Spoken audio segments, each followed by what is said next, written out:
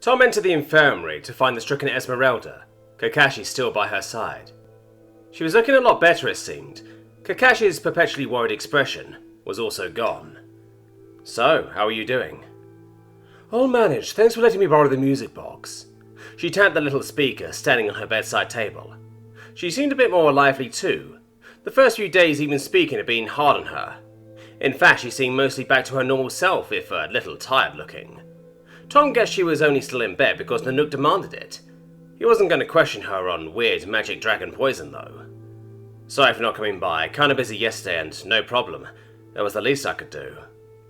"Heard you got the fields ploughed, how did the sowing go?" "I gotta say, making fires with dragon claws is a lot easier than with a hoe." Esmeralda did chuckle at that, even if it was a little weakly. Tom was a bit ashamed of that though, he really should have come by more often.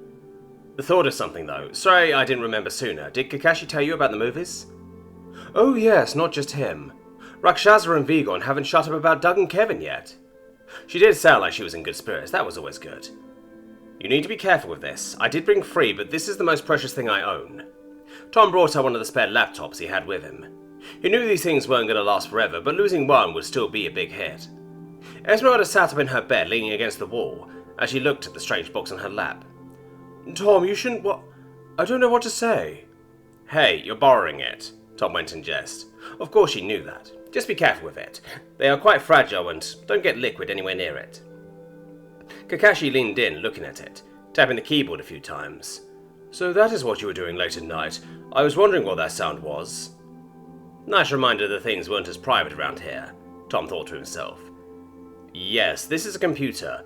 More specifically a laptop because it sits on your lap. See?" He went, gesturing at the machine. "You sure? Is this my lap?" Esmeralda questioned, placing her hands on her thighs. "Right, sorry, I forgot. Yes, that is your lap. Anyway, at its most basic, this is a thinking machine. It can remember a lot of things, like books or movies. I don't have any books in Draconic, or movies for that matter. I thought you could watch the movies we saw and then Kakashi can explain for you." "Sure, I want to watch those Red Tails again too," Kakashi replied optimistically. "You say it can remember. How much can it remember?" Boy, how to answer that one. "Well, in book form, that box in your lap can remember more information than every book in the world, I think." There was a look of apprehension and a tinge of fear on her face. "And you have kids' movies on it?" "Yes, and drawings of things we need. Pictures from my home and a lot of music. Just be careful with it and enjoy the movies, okay?" "I'm just going to pretend I understand what you were talking about," Esmeralda went, confusion near total as she looked at it. "Thank you for lending me something so precious, but how does it, work?" Right, first off, Kakashi leaned in to get a better look as well, as he went about explaining how to use the marvel of engineering that was the computer. Perhaps it wasn't entirely fair on the two Dragonets, but Tom felt like he was explaining the internet to a couple of grandparents. This was likely the most advanced piece of technology ever held by a Dragonet though, so they did have an excellent excuse. Still figuring out how to double-click on an icon shouldn't have been that difficult. By now they could open a movie though, so that would have to do. Remember, it's no kid's toy either, and whatever you do, don't let Jackalope have it. "Certainly not, thank you," Esmeralda replied, seeming very excited. "Oh, don't mention it. Oh, and the battery will last about 4 hours, then it needs to be recharged like the music box." Tom had put the 2 movies Kakashi has seen on the desktop for them. "No worries. Now, hubby, what do you want to see first?" "Definitely Red Tails," the guard responded a little sternly. Thinking back, Up might have been a very poor choice for a couple dealing with a sick wife. God damn it, he was an idiot. He would have to do better for next movie night. "I keep telling you we should just ask for directions. Come on, he looks nice." Balathon went, pointing at the street vendor, selling different kinds of fried meat on sticks. "Yup," Micah replied, electing that he was done waiting for them and went over to the stall, leaving them standing. A brief chat and 2 beef sticks later, one of which was handed to Balathon, much to Sapphire's annoyance, and they knew where they were going. "We were already heading down here anyway, we'd have found it," Dakota protested. Yeah. Maiko clearly wasn't impressed by them right now. They had gotten very close, but must have missed it. The sun was getting lower in the sky, so making out the signs was getting a bit tricky. "Isn't that it?" he went, pointing up to a dangling sign on the 3rd level. "Sure looks like it," Balathon replied with false exasperation. Sapphire didn't care about the teasing though. She was already going up the stairs to the next level. It had been half a decade since she last saw a member of her family. She just crossed her fingers that Heiko would be here. She turned back to look at the others, who were slowly following along. "Come on!" Dakota and Balathon did pick up the pace a little, even if Maiko was clearly content with his leisurely pace, munching on his beefsteak. As she made it up the stairs to the 3rd level, looked to the door, seeing a single armoured man standing guard outside, and only sleeping slightly at his post. "Heiko!" The man gave a start as he looked up and began scanning the crowd. It didn't take long for him to find her, as she was already sprinting for him. "Seth!" He just got out before she slammed into him. "Oof! Happy to see you too." He just embraced her, or at least tried, as she lifted him off the ground. It had been way too long. "Oh, I knew you would be here. How's it hanging?" She put him back down. "Not too badly. Got the job, as you can see. It's nice and quiet most of the time. How about you? Enjoying the quiet life in the countryside?" If only. If anything, things have been too exciting as of late. "How come that be? All I heard from the patrons was a keep out east was attacked a month ago and nearly wiped out." "Yeah, that was us. We were the ones doing the wiping out, though." Heiko looked at her with a stunned expression for a second. "But what?" he finally exclaimed, sounding almost angry for a second before coming down. "But there was a Black Knight, wasn't there? How many did you lose?" Sapphire's expression changed to something a bit more pained at that. It hadn't been a clean victory after all. "They killed a 4-year-old as a hostage." "Oh, I'm so sorry," he went, pulling her into a hug again. "Wait, hostage? They got inside?" "Yeah. Last mistake they ever made." Sapphire's companions made it up behind her, so she turned to do the introductions. "Heiko, meet Dakota, my commander, daughter of my lady and a very good friend. Balathon, guard of the keep, and Maiko, corporal in the Royal Guard." "I remember you, Dakota. You were with Saf last time, right?" "That I was. Pleasure to meet again." "Likewise, and a Royal Guard. What are you doing here?" "It's a pleasure, of course," Heiko went, looking at the corporal. "Just here to report where they end up staying. If you gotta have a good drink, I'll tell you a war story, though." He went with a smirk. "I'm sure someone might. Not seen you before either. Heiko, Saf's big brother." "Oh, we've heard of you, all right." Saf was shaking all around as they stood outside the little tavern. It looked nice enough, though. "I'm sure you have. Come on in now. Draki, mind covering for me? One of my sisters is here." He shouted inside. "No way, sure bro," came the reply. As they went inside, a very small male dragonette with a long pike over his shoulder came walking past, giving Heiko a fist bump as they passed. Sapphire just had a chuckle. It was good to be back here again. The inside was mostly tables and chairs, with a single bar up against the far wall.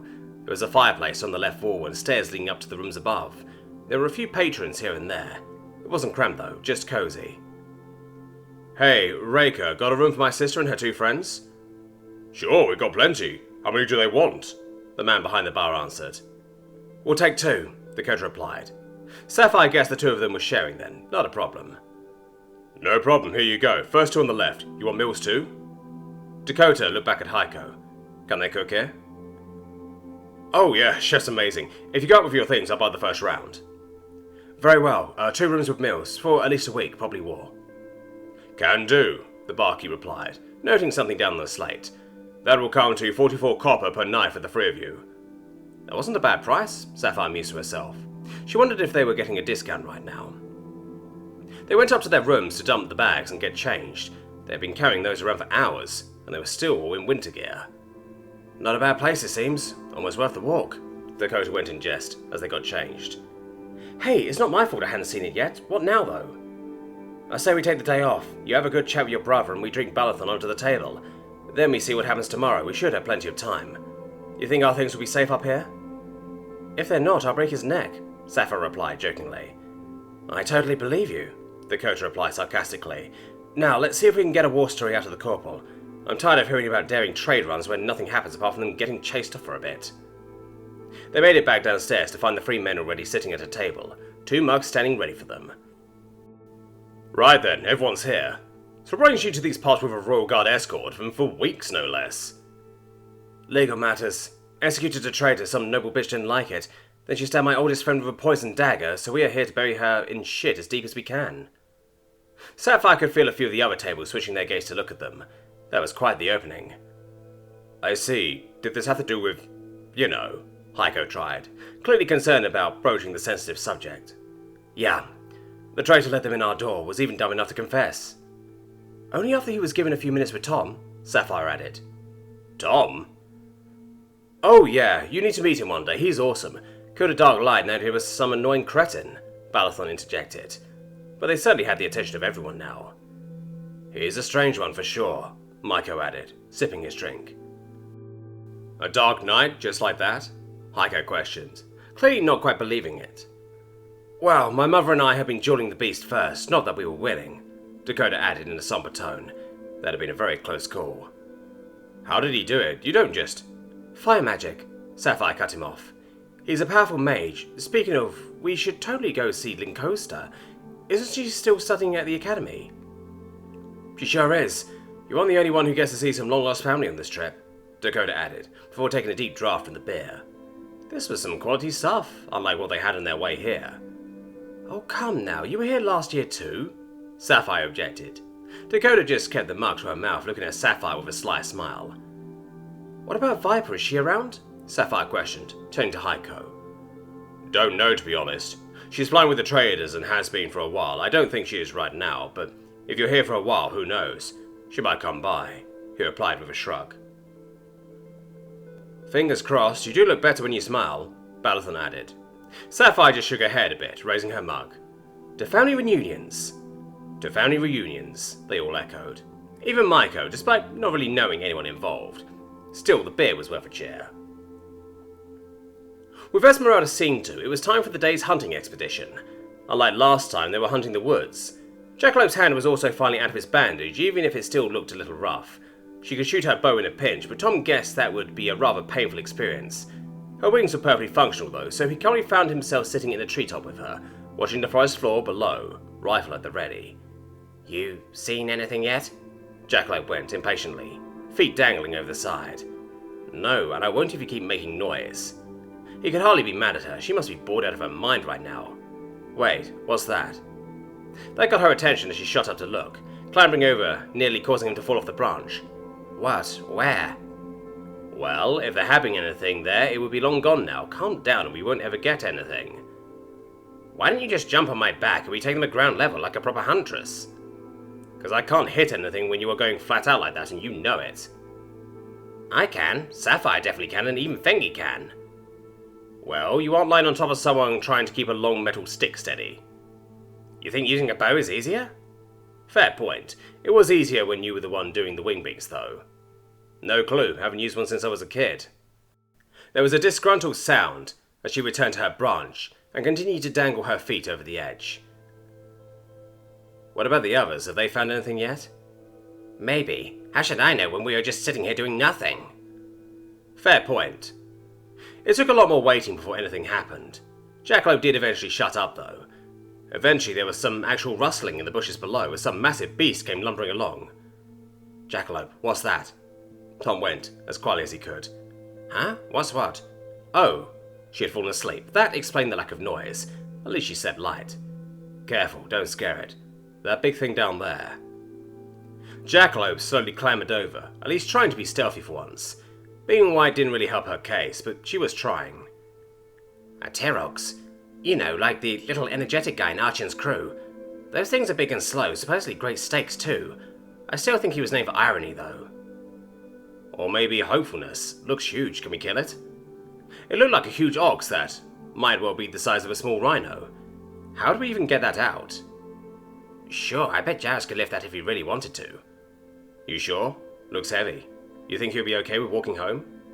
Jackalope just stared at him like he was crazy. Tom, that would take until tomorrow, you dumb fuck. I'm sure he can fly with it, though. Taking Jackalope's word for it probably wasn't the best idea, but damned if he knew what that thing weighed. I'm not sure, though. Shouldn't we ask first? And then it's gone when we get back. Just kill it, would you? Well, Jackalope was still technically in command, and he wasn't about to disobey an order like that. The horns on that thing would make an awesome trophy, though. Tom felt like some big game hunter stalking his prey as he hung over the side of the huge branch they were sitting on, taking aim directly on the creature's neck at the base of the skull. The huge cow thing was just grazing merrily far beneath them, giving him a clear shot straight down. Here goes nothing then. The shot rang out, and he ran the action ready for a follow-up shot. He had hit his mark though, as the beast tensed for a moment, then collapsed in a heap on the ground. Nice shot, dude. It just fucking died on the spot. Jackalope went, excited as always when things went bang. I always hate it when Sapphire does that, thinking she is better than everyone. Tom chuckled a bit at her enthusiasm. He had sure hit his mark. It wasn't that far down though, and not a small target either. Hardly a masterful performance. Yeah, go get the others, will you? I'll gut it in the meantime. You got it, Jackalope responded, as she dropped off the branch taking to the wing. As he sat there keeping an eye on the forest around him, it was all rather idyllic, if awfully quiet following the shot. Before he came here, he might have been worried by the roughly 100-meter drop, but now he was just chilling in the branches wired around as an oil drum. It took a bit, but eventually Jackalope returned with Fengi and Zarko. He guessed Jarex was overhead with Redexi. How are we going to bring that home, genius? Zarko protested. There's a clearing over there for Jarex. Drag it over there and off we go, Tom replied optimistically. He ain't gonna like this, Zarko just responded before heading back up. The three of them just looked at each other, shrugging for a moment. Why not? It's good exercise, Tom gestured, holding up his hands. You mean hard work? Fengi clarified with a smirk. Let's go see what we got. Yeah, hop on, Huntress, Jackalope went, chuckling, giving Tom a playful punch. Haha, very funny, Miss Broken Hand. They circled down to the beast landing to inspect it. It was even bigger when down next to it. Tom wondered if Jarex really could carry this thing, jokes aside. It was likely going to be a tight margin, meaning a lot of breaks. At cruising speed, they were still around 2 hours from home. He saw Jarex set down in the clearing, trotting over. Oh, you got to be kidding me, he went in dismay, looking at the Tyrox. Look at it on the bright side, there are some epic stakes in there, Jackalope tried. A noble effort to cheer him up, Tom admitted, as he looked at the dragon. Think you are up for it? Zarko questioned, clearly not certain herself. Only one way to find out, gosh. This will be like basic training all over again. Wait, is that your plan here? And we're just going through basic training again? Jarex went, looking at Tom accusingly. It was just the first thing to come by. Sorry. How did you even kill it? There isn't a mark on it, Jarex questioned, walking around the Tyrox, looking it over. The little red dot on its neck, Tom replied. That's the bullet hole. Broke its neck in a single shot. Didn't want to get our precious dragon dirty. Very thoughtful, Jackalope added, trying her best to sound convincing. She was being remarkably helpful today, or at least trying to be. Why, thank you for caring. The gun you are making for me is even bigger than yours, right? Oh yes, Tom replied proudly. We're going with 50 caliber for you. For the big machine gun then, get the rope out. They did as instructed, as the dragon laid down next to the Tyrox, and they began preparing lashings. Actually getting the Tyrox onto Jarex was a problem Tom hadn't really foreseen, and it was too big to be dangling beneath him. In the end, the very much not graceful solution was have Jarex lay up against it while they lashed the two of them together, praying the ropes and harness would hold. With a heave of effort, the young dragon rolled over, dragging the Tyrox onto his back. By the king, that is heavy. It took a bit more work to get the load properly settled and secured, but with some delicate maneuvering and creative use of an oak tree, it looked more or less good to go. It looked ridiculous, but it might just work. Right then, wish me luck, Jarex went in a perturbed tone, as he shifted the load a bit. He would have to circle while climbing with a very heavy load to clear the tall heaven oak, not to mention the act of getting airborne in the first place, with limited space available. Time to see what the royal guard are made of, Tom went, trying to encourage the dragon. Jarex backed up into the forest for a run-up, before charging into the clearing at a gallop, folding out his wings as he cleared the trees, with a powerful kick from his hind legs and a beat of those mighty wings, and he was airborne. The second beat came only just in time to keep his feet off the ground, as he began to lay into the turn, clearly straining to hold it. He was gaining speed though, so Tom guessed it was going well. You go, Jarex, you got this, Jackalope cheered, Fengi joining in. Then Redexi spoke up. I just don't get why we didn't cut it into smaller pieces. They all looked at each other for a second. That might not have been a bad idea, Zarko finally admitted. You're doing great, Jackalope continued shouting, enthusiasm slightly dampened. Jarex was steady in the turn now, and climbing slowly as he went around and around. Looks like we're good, Zarko added, still sounding a bit uncertain. I say we join him, get your stuff. Fen, mind getting Tom airborne, or do you want the first leg? Jackalope questioned. I got him. Don't want you to miss out on his company, Fengi replied in a teasing tone. What was that supposed to mean? Tom thought. As he looked at Jackalope, she did look a bit uncomfortable before taking off, climbing up ready to have Tom loaded on.